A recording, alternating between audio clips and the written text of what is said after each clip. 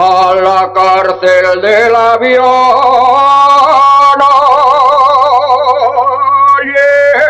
llevaron a un chamisero al toma y declaración. Dicho el juez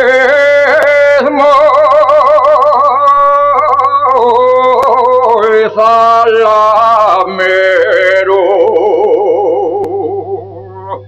deme chamisero porque estás aquí. Mire, señor juez, se lo voy a decir. Yo tengo una huertina, estaba sembrando patates, cuando una vena carbón relució entre mis pates. Yo seguí sacando aquel poco carbón. Vi que la huertina andaba producción. En la cárcel del avión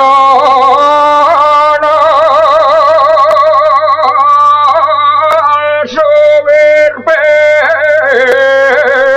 la escalera hay un letrero que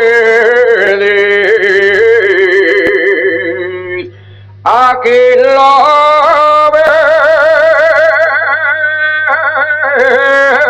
verdad se niega.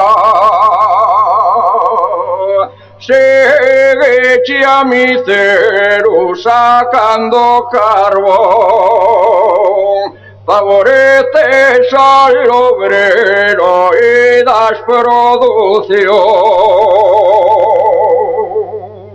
Qué contento de la cárcel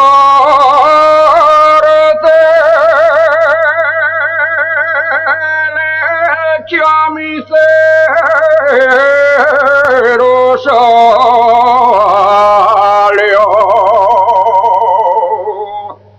Siguió sembrando